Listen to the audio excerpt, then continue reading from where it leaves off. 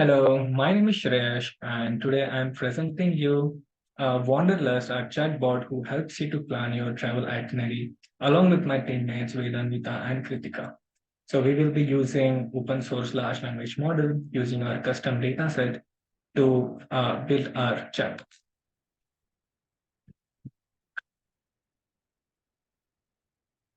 So the plan of action is we will introduce you to our chatbot Wanderlust and we'll explain what sets Wanderlust apart. We'll also show you the market research that we have done. Next, we'll go to demo. We'll talk about our data set and the model that we choose to train our large language model. So here's a chatbot, Wanderlust, and the main idea for this chatbot is to build a unique community of people, including travelers, vloggers, and influencers who have similar interests. And people will chat with our chatbot and ask him suggestions.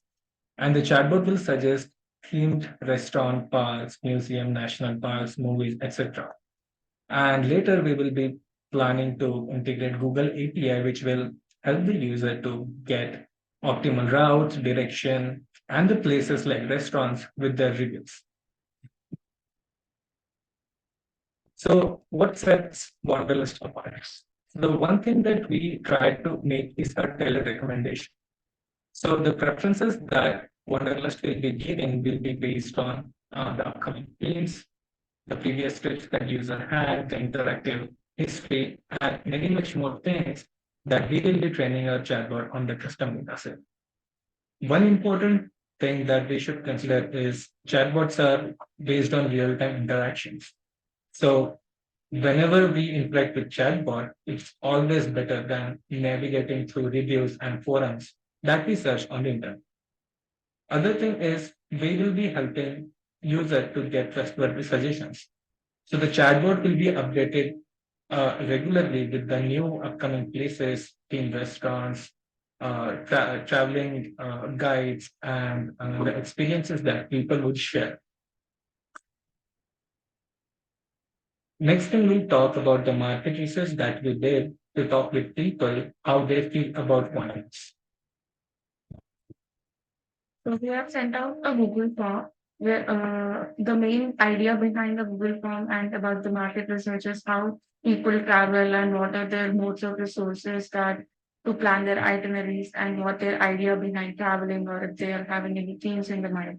So the same thing we have asked in it, like most of the people do travel at least like more than once in a year. And the travel technologies that they use or the chatbots that they use are mostly it's like the website, Booking, Expedia, Google Maps. It is just like these are like you can't just get everything information in one app. Like Expedia might give you the best restaurant deals and Google Maps might give you the attraction places. Whereas like it doesn't integrate everything into one place, whereas our chatbot does. So our idea, like I mentioned that travel chatbot will give you a theme-based places and theme-based maps to visit. So that was very exciting for all our users. And the feature and benefits that we can actually integrate with the chatbot for business use cases is we can build a community where the travelers can explore their experiences, can share their reviews, and like we can also integrate this chatbot with the Expedia or like any other platforms like booking platforms or hotels like to get exclusive deals. So these all features can be integrated for business use cases. And these are some responses where the customers, like the people who fill the Google form have found interesting. And also regarding the willingness to pay, like people mostly tend to pay as it depends on the price. So we get $5 to $10 was the most common response, the ideal price range, which is actually very reasonable given all the features or benefits that can be integrated with the chatbot. So when we tested a chatbot during our first phase of training, we have attached a screenshot where a travel assistant will greet the user saying, "Welcome to Wanderlust. I'm your assistant for your next travel theme and how can I help?" So if you would say user can type a query like, "I want to travel next month in November, and what places can I go to hang out with my friends?" So the main idea for putting this query is that the large language models that we use in our local system doesn't have information which are based on themes or restaurants or the events which are happening in the future. So whatever data that we choose to train our model, we had informations which are coming from the future. So people have their experiences, they went to places and they put their posts, blogs, and the data that we scrape from their experiences is useful for the chatbot to answer this question. So the first answer was very good. It's like for fabulous November trip with friends, consider exploring Solvang Jewel Fest in Southern California. So this is an annual Christmas celebration that takes place from late November through early January in charming Danish village of Solvang. So the answer that he collected, we tried to trace it back, and we came to realize that the answer he gave was from one of the website, which is 13 Ways to Celebrate Jewel Feast Solvang Christmas 2023. So this was our first phase. In the next phase, what we did is we tried to give him an image. So one thing that we integrated in our chatbot, and it's one of the best feature I would say, is it can understand the context of an image. So in the first image that we gave, it's a Google map from Los Angeles to San Francisco. We did not give him the context, we did not ask him the question, but the chatbot himself understand that they might be asking question where they are traveling through San Francisco or they live near San Francisco. So it gave an response that how you can plan your trip to Solvang for the Jewel Fest. You can reach there via airplane from Los Angeles or from San Francisco International Airport. And it gives some details about what you can do during your travel, and it also gives you to check the official dates from websites and the events before you travel, which makes sense. Next, what we did is we put an image from the blog post to see if we can understand the context. We put a windmill of the same Solvang jewel face, and it understand that it's a Solvang windmill park in California, and it's a part of their Danish themed Christmas festivities, and it's one of many places that you can visit on your trip. So this was one of the best feature that I would say our chatbot can understand the context of an image. So this is the blog post we traced back to see from where it gave the answer. And from the data that we scraped from the website, 13 Ways to Celebrate June Feast, it's for the Solvang Christmas 2023. And it was able to understand the context and gave the answer based on the specific event. So the main idea for our chatbot would be we continuously update what are the events happening, and we will add the data based on user experiences where the places they visited in the last year or maybe this year, and they want to post their blogs or their experiences on the internet. And for the windmill image, you can see this was again one of the section of the same blog post, which says the windmill is an iconic landmark in Solvang, and during Christmas, the nearby shops display Christmas decoration, setting the season's mood. So next we'll talk about the model selection, what made us choose the model that we did, and we will be explaining you what parameters we set and how it was helping us to generate the answers that we are getting. The model selection. There are many Llama derivative models, and one of them is Ouroboros, and that is the model that we are selecting for our project. So Ouroboros large language model is fine-tuned on Llama 2, and it uses synthetic data generated by GPT-4. And by using synthetic data, it achieves higher performance and expertises in specific tasks without being need of human annotated data.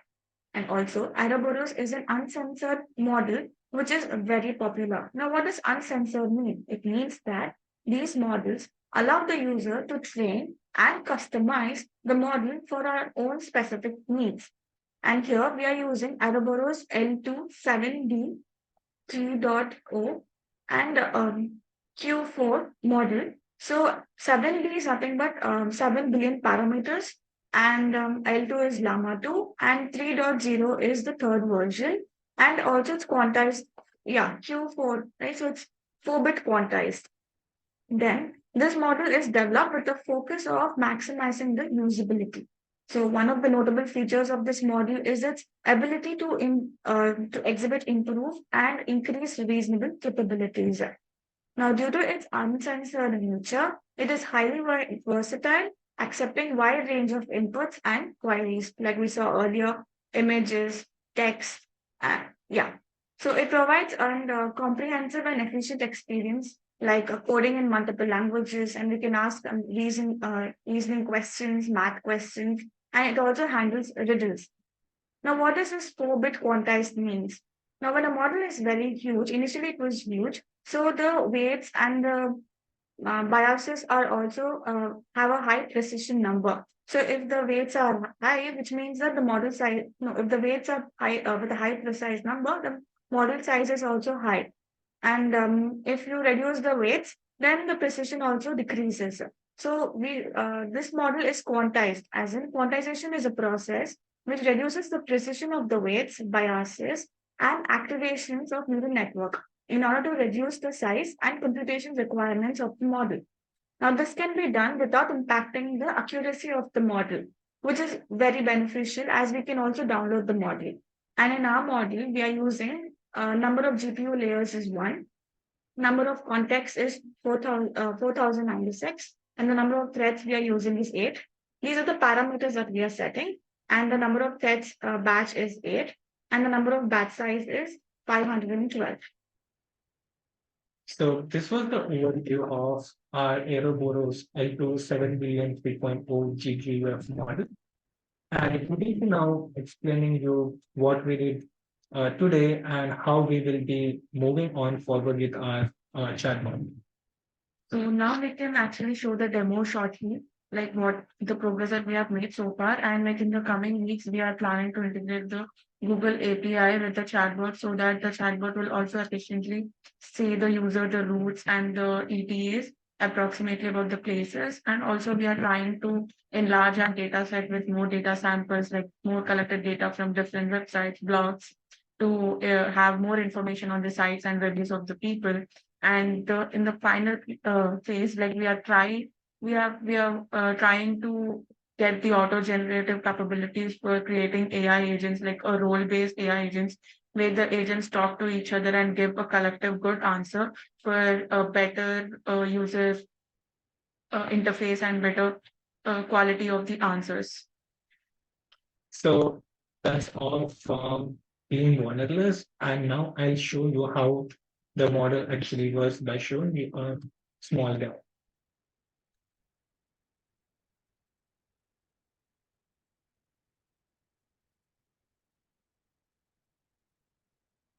So we will move to our directory first.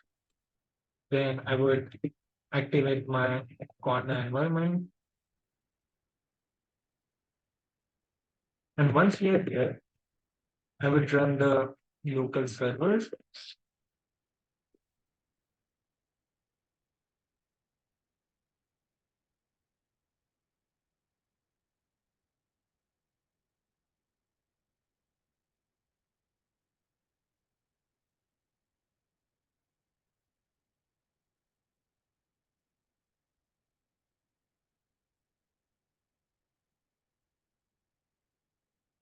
So now you can see it's running locally on this URL. So let's go to that URL.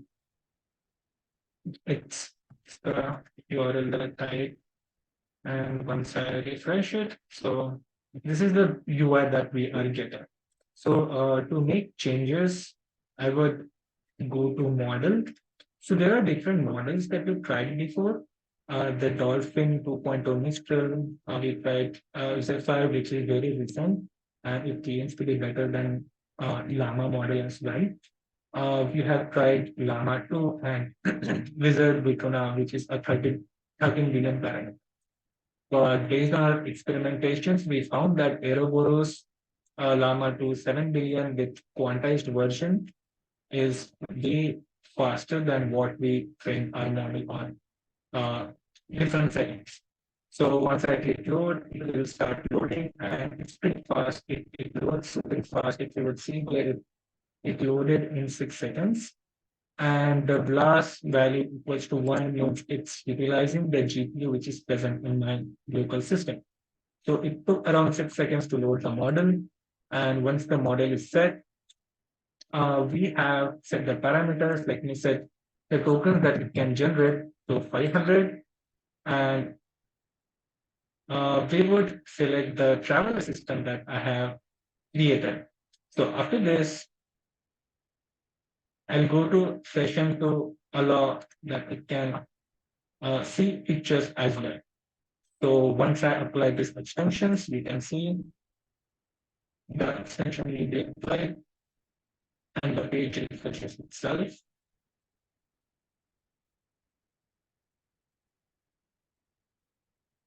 And then you are able to. So, so the one good thing about this UI, which is a text generation that UI using Gradio, it helps us to select different models and training sessions and apply some extensions which will help us to test the model with our custom data. So as of now, the first message that our chatbot will say, welcome to Wanderlust, I'm your assistant for your next travel trip. How can I help you? So let's ask him the questions. That hello, I want to plan. Uh,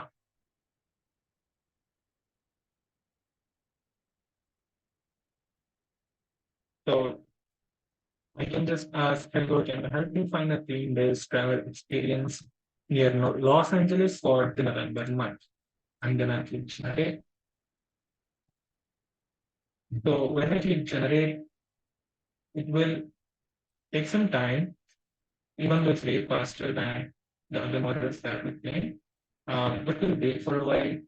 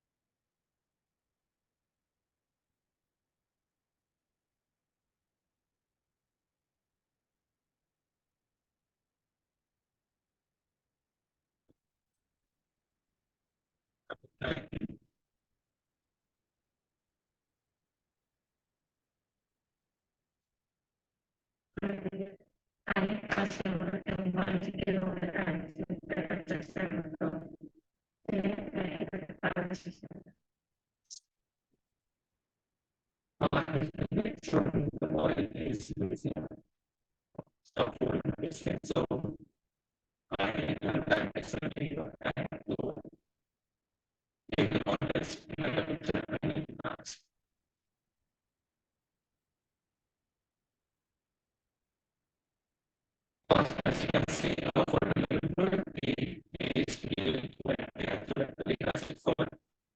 with the simulation we are solving. So based on the data that we give, the values that we provide, is what is happening. And how would we know that? We will know by understanding how people are traveling between the particular season. Let's say in the last week or the week before that, people were smart about activities. So if they would give data aspect from the law which are available on the internet, which are not digital, uh, the field handle or another word, it's the solution, it's a solver for which we face and scaling back in our asking a single input, input, if I have to know what things are available, where people are going, and what is necessary this means. So you can see here the data that we create also is able to understand that the annual due is scheduled to finish from November 24th till January 5th of 2023. So it's using the context that we provided on the from the blog post that we made in the morning. So you can also regenerate your text if you're just like how we do in ChatGPT. If you want like an answer that you're not satisfied, or put something and you can see that the output is generated with this agency and the scale of one and the sometimes present. And it was either delivered like so the scale of the one scale on your system hardware. So right now the time recording is in your mind and CPU is that I research so the speed for uh, the token for second is really so you can say you also give you a good title for experience it would be stats online and that would be some new answer to some data. So we have 3 to 4 events data data that we give the able to provide. So you can stop it and then to upload the image I go and then I type. So the image that we tested, some of them were the solvent that we got is from a single post. And we go back to chat, it takes the image, and later I know how the image can be processed and how to manage to get the model made as well.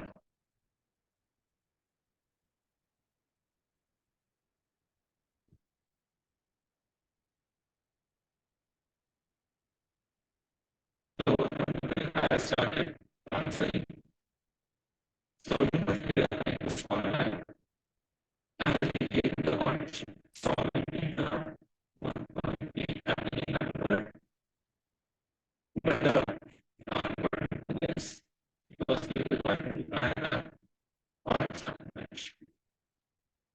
So when the similarity of the dynamic started out, so it was a temporary and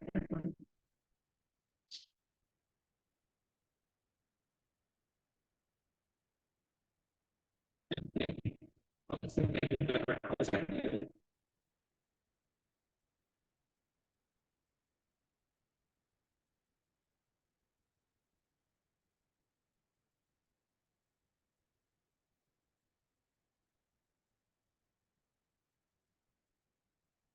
So based on this, we now move to some of the technical details of how we are able to see why and how we are able to generate image pattern.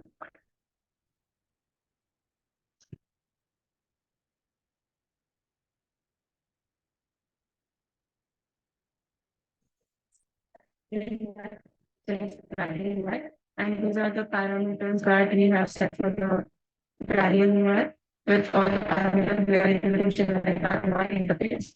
And the main embrace that we are using is the sentence and the transformers. So once in the sentence and the main model is from the all engineer based vehicle and it can